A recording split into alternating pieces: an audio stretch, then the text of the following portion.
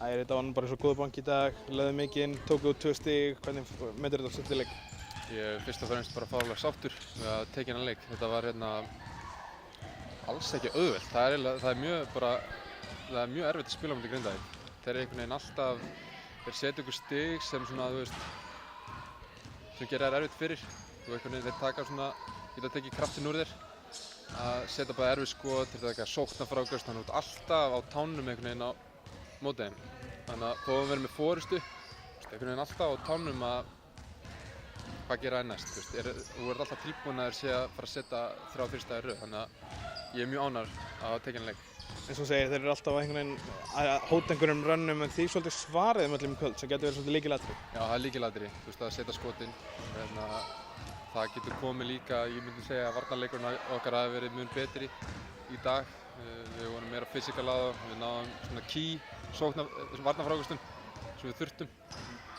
Þannig að, já, þetta var bara, við þurftum að svara þeim. Það er bara áhlaupin sem við þurftum að gera.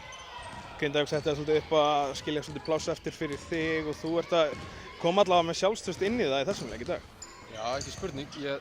Svona þetta bara. Þetta er ákveðið refskák að þeir eru að fara að gefa manni eitthvað og svo ef það virkar okkar megin þá snýst það bara hvað það er að gera næst. Þetta er alltaf einhvern veginn bara lest fyrir allan leikinn og þetta er ógeðslega skemmtilegt og þetta er bara playoff basketball.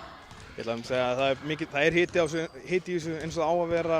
Hvernig lýsirðu þessu að spila í þessu atmosféri? Ógeðslega skemmtilegt. Þetta er bara, við vorum að tala fyrir leikinn að það er alveg sama hvernig fer að þú veist að vera bara, það er klísja að segja en að vera í mómentinu bara og þú veist finnast þetta skemmtilegt. Þetta virkar einhvern veginn að keppa í svona umhverfi er ógeðslega skemmtilegt og maður verður að muna að njóta þess.